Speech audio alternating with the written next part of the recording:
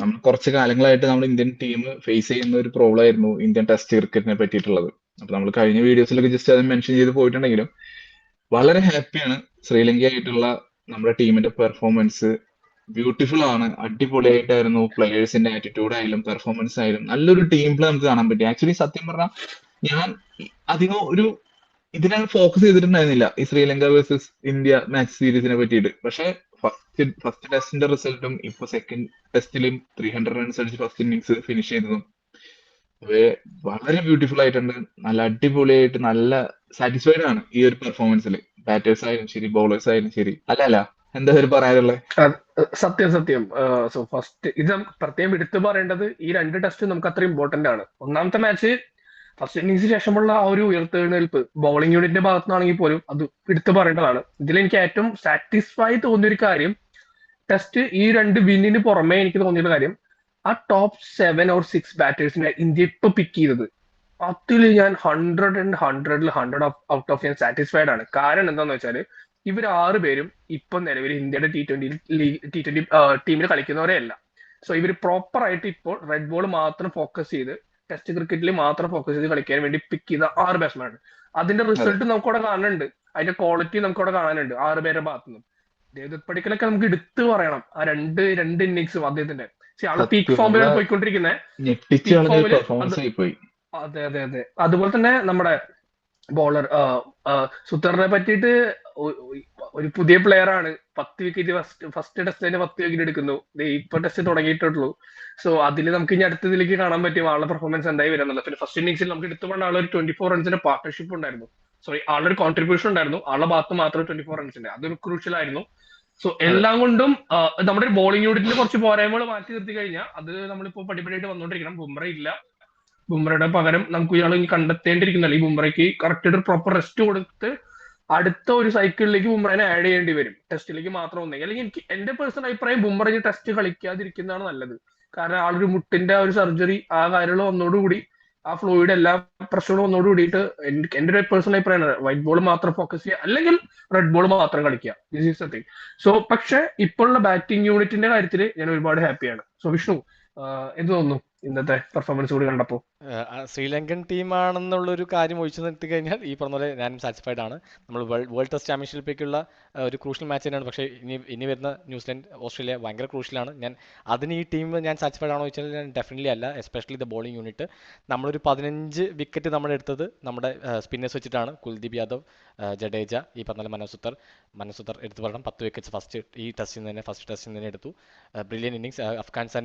മുന്നിലുള്ള അഫ്ഗാനിസ്ഥാൻ ടെസ്റ്റിലും ഈ പറഞ്ഞ 7 വിക്കറ്റ്സ് എടുത്തു. മൊത്തം 2 ടെസ്റ്റിൽ നിന്ന് 17 വിക്കറ്റ്സ് ആയി. സോ അത് എടുത്തു പറയണം. പക്ഷേ നമ്മുടെ പ്രസിദ്ധ് കൃഷ്ണ, മുഹമ്മദ് സിറാജ് എന്ന രണ്ടുപേരും 2 ടെസ്റ്റിൽ നിന്നും കൂടി 2 ഇന്നിങ്സും കൂടി എടുത്തത് 5 വിക്കറ്റ് മാത്രമാണ്. അതൊരു വലിയൊരു കൺസേൺ ആണ്. അപ്പോൾ ആ ഒരു പോരായ്മ എടുത്ത് മാറ്റി കഴിഞ്ഞ് കഴിഞ്ഞാൽ ടീം ഓക്കെയാണ്. പക്ഷേ ഈ പറഞ്ഞ നമ്മൾ ചേഞ്ച് അഡാപ്റ്റ് ചെയ്തുകൊണ്ടിരിക്കുന്ന ഒരു ടെസ്റ്റ് ടീമാണ് നമ്മുടേത്. റിസൾട്ട് ഒന്നും നോക്കാതെ ഇനിയുള്ള ടെസ്റ്റ് മാച്ചസ് നമ്മൾ ഫോക്കസ് ചെയ്ത് മാത്രമാണ് നമുക്കൊരു പ്രോപ്പർ കൺസിസ്റ്റൻ്റ് ടെസ്റ്റ് ടീമിലേക്ക് എത്താൻ പറ്റുള്ളൂ. ഈ പറഞ്ഞ പോലെ ഒരു പ്രോപ്പർ ആയിട്ടുള്ള ബൂമറിനെ റീപ്ലേസ്മെന്റ് നമുക്ക് വേണം. ഓവറോൾ കളിയിൽ ഞാൻ ഭയങ്കര സാറ്റിസ്ഫൈഡ് ആണ്. പക്ഷേ ഇനിയും ഈ പറഞ്ഞ ബോളിംഗ് യൂണിറ്റിൽ ഞാൻ ഇപ്പോഴും അത്ര സാറ്റിസ്ഫൈഡ് അല്ല. ആ ഒരു പോരായ്മ വെച്ച് നോക്കിയാൽ ഭയങ്കര ഹാപ്പിയാണ്. എസ്പെഷ്യലി ദേവദത്ത് പടിക്കൽ കഴിഞ്ഞ 3 ടെസ്റ്റിലെ 300 ചില്ലറ റൺസാണ് എടുത്തിരിക്കുന്നത്. 109 ആവറേജ് വന്നിട്ടുണ്ട്. I mean so happy for him. ജയ്സ്വാളിൻ്റെയൊക്കെ സ്ലെഡ്ജിങ് കാര്യങ്ങളൊക്കെ കാണാൻ പറ്റി.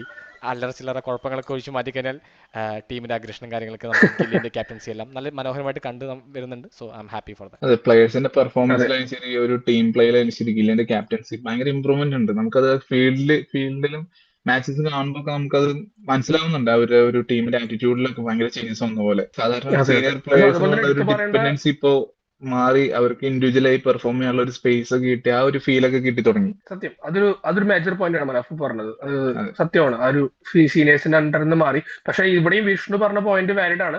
കാരണം ഇപ്പൊ നമ്മൾ കളിക്കുന്നത് ശ്രീലങ്കയുടെ കൂടെയാണ്. അതിനർത്ഥം ശ്രീലങ്ക മോശം ടീമാണെന്നല്ല ഞാൻ ഉദ്ദേശിക്കുന്നത്. ക്വാളിറ്റി ക്രിക്കറ്റ് അവരും കളിക്കുന്നുണ്ട്. പക്ഷെ വിഷ്ണു പറഞ്ഞ ഒരു പോയിന്റ്, ലൈക്ക് ഇപ്പോ നമ്മൾ കളിക്കുന്നത് ശ്രീലങ്കയുടെ കൂടെ തന്നെയാണ്. നമുക്ക് ഇപ്പോഴും ബീറ്റ് ചെയ്യാൻ പറ്റുന്ന ടീം തന്നെയാണ് ശ്രീലങ്ക. ഇനി നമുക്ക് കണ്ടറിയേണ്ടത് ഇനി വരുന്ന 2 സീരീസുകളാണ്, New Zealand versus India and India versus Australia. So അതില് എനിക്ക് നമുക്ക് 6 മാച്ചസ് ക്രൂഷ്യൽ ആണ്. ടെസ്റ്റ് ചാമ്പ്യൻഷിപ്പ് നമുക്കറിയാം എത്രത്തോളം നമ്മൾ കേപ്പബിൾ ആണെന്ന്. ഇപ്പൊ നമ്മൾ ചാമ്പ്യൻഷിപ്പിനുള്ളിലേക്ക് വന്നാൽ പോലും.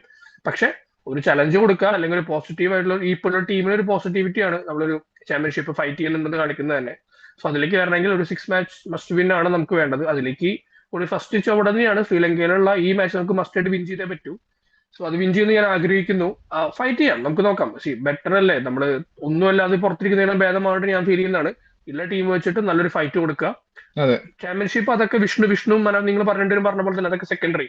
അതിലേക്ക് നമ്മളിപ്പോ ഫോക്കസ് ചെയ്യേണ്ട. ഇതൊരു സൈക്കിളാണ്. ഈ സൈക്കിൾ നമ്മളെല്ലാം അക്സെപ്റ്റ് ചെയ്യുക. ഈ സൈക്കിൾ മാറി വരുമ്പോൾ ഇപ്പോഴുള്ള സൗത്ത് ആഫ്രിക്കൻ ടീം എങ്ങനെയാണ് അവർ ബിൽഡ് ചെയ്ത പോലെ നമുക്കും ഇപ്പോഴുള്ള യങ്സ്റ്റേഴ്സ് ആ സമയത്ത് ഒരു സീനിയേഴ്സ് ആവും, അവർ ക്യാപ്പബിൾ ആവും. That's it. അതെ, അനാവശ്യമായി T20 അനാവശ്യമായിട്ടുള്ള ചേഞ്ചസ് വരുത്തുന്ന പോലെ ടെസ്റ്റിൽ വരുത്താതിരിക്കുക. ഈ ടെസ്റ്റിൽ ഒരു ചേഞ്ച് മാത്രം വന്നിട്ടുള്ളൂ. അത് കുൽദീപ് യാദവിന്റെ ഇൽനെസ് കാരണം, വൈറൽ ഇൽനെസ് കാരണമാണ്. സരൺഷ് ജെയിൻ എന്ന് പറഞ്ഞ ഒരു ഓഫ് സ്പിന്നറാണ്, റൈറ്റ് ആം ഓഫ് സ്പിന്നറാണ് വന്നിരിക്കുന്നത്. സോ ആ ഒരു ചേഞ്ച് ഒഴിച്ച് വേറെ അതെ. ചേഞ്ചസ് വന്നിട്ടില്ല. എനിക്കൊരു കാര്യം കൂട്ടിച്ചേർക്കാനുണ്ട്. കാരണം ഇതൊരു പ്ലസ് പോയിന്റ് ഉള്ളത്, ഞാനൊരു നല്ലൊരു പ്ലസ് പോയിന്റ് പറഞ്ഞുതരാം. നമുക്ക് മുൻപ് ഉണ്ടായിരുന്നു പുജാര അല്ലെങ്കിൽ അവർ കളിക്കുന്ന സമയത്ത് അവരുടെ ലാസ്റ്റ് പീരീഡ് ഓഫ് ടൈമിൽ നമ്മൾ നേരിട്ടിരുന്ന ഏറ്റവും വലിയ പ്രശ്നം എന്ന് പറയുന്നത് സെഷൻ റൺസ് വരാതിരുന്ന ഭയങ്കര പ്രശ്നമായിരുന്നു. നമ്മുടെ ഇവിടെ എല്ലാവരും പറഞ്ഞുകൊണ്ടിരുന്നതാണ്, അയ്യോ നിങ്ങൾ എന്തിനാണ് പുജാരനെ മാറ്റുന്നത്, പുജാര വേണം, പുജാര ബോളാണ്, മതിലാണ്. ഈ പറഞ്ഞതെല്ലാം പുജാരയാണ്, ഞാൻ അംഗീകരിക്കുന്നു. പക്ഷെ സെഷൻ റൺസ് എന്ന് പറയുന്നത് നിങ്ങൾ കണ്ടിട്ടുണ്ടാവും.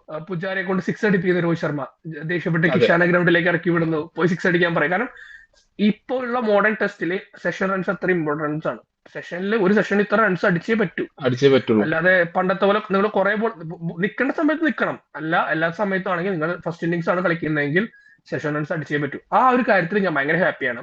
ഇപ്പൊ ലാസ്റ്റ് 2 എടുത്ത് നോക്കണേ, ഓക്കെ ഇറ്റ്സ് ആവറേജ് ആണ്, പക്ഷെ ആ ഒരു ആവറേജ് നല്ലൊരു സെഷൻ റൺസ് എല്ലാവരും പാർട്ണർഷിപ്പ് അടിക്കുന്നുണ്ട് വന്നിട്ട്, അല്ലെങ്കിൽ ആ ഫേസ് ചെയ്യുന്ന ബോളിന്റെ എണ്ണത്തിനനുസരിച്ച് റൺസ് അവിടെ വരുന്നുണ്ട്. ദാറ്റ് ഇസ് ആക്ച്വലി ഒരു ഗുഡ് പോസിറ്റീവ് സൈൻ ആണ്. പണ്ട് ഇതേപോലെ തന്നെയായിരുന്നു വിരാടിന്റെ ഒരു എയർ ടൈം സ്റ്റാർട്ട് ചെയ്തപ്പോൾ ന്യൂജൻസ് ആയിരുന്നു പുള്ളി കളിച്ചുകൊണ്ടിരുന്നത്. അവർ ഇതേപോലെ തന്നെ പാർട്ട്ണർഷിപ്പ് റൊട്ടേഷൻ വന്നുകൊണ്ട് തന്നെയായിരുന്നു നമ്മൾ കൂടുതൽ മാച്ചസിലും എവിടെ ഇന്ത്യ കളിക്കുമ്പോൾ പോലും 500-400 റൺസ് ഒക്കെ അടിച്ചു കൂട്ടിയിരുന്നത്. അതിപ്പോ ഞാൻ ആ സൈൻ കണ്ടു തുടങ്ങിയിട്ടുണ്ട്. That is A good positive thing. എന്തായാലും ഈ ഒരു ടെസ്റ്റ് നമ്മൾ ഹോപ്പ്ഫുള്ളി ജയിക്കും. ഈസി ആയിട്ടുള്ളൊരു ജയം തന്നെ ആയിരിക്കും. നമ്മൾ എടുത്തു പറഞ്ഞ പോയിന്റ്സ്, ഇനി വരാനുള്ള ന്യൂസിലൻഡ് ഓസ്ട്രേലിയ ആണ്. നമുക്ക് ആക്ച്വലി നമ്മുടെ ടെസ്റ്റ് ടീമിൻ്റെ ക്വാളിറ്റി ഇനി നമുക്ക് വിലയിരുത്താൻ പറ്റുന്ന കുറച്ച് മാച്ചസ്. നമ്മളതിൽ പ്രത്യേകിച്ച് ഔട്ട്കം ഒന്നും നമ്മൾ ടെസ്റ്റ് സീരീസ് ജയിക്കുമെന്ന് ഞാൻ പ്രതീക്ഷിക്കുന്നില്ല. ഇല്ല, എനിക്കും അത്ര തന്നെ വിഷ്ണു പറയാനുള്ളൂ. ഒരു ഫൈറ്റ്, നല്ലൊരു ഫൈറ്റ് കാണിക്കാൻ പറ്റട്ടെ, ക്വാളിറ്റി ഓഫ് ക്രിക്കറ്റ് പുറത്തെടുക്കട്ടെ ഇന്ത്യൻ ക്രിക്കറ്റ് ഇനി വരുന്ന എല്ലാ സീരീസിലും. അത്ര തന്നെ ഞാൻ പ്രതീക്ഷിക്കുന്നുള്ളൂ. അത് തന്നെ ഞാനിപ്പോഴും ഉറ്റുനോക്കുന്നത് അത്ര തന്നെയാണ്. I need A good quality of cricket. That's it. Actually Virat തുടങ്ങി വെച്ചൊരു ലെഗസി ഉണ്ട്.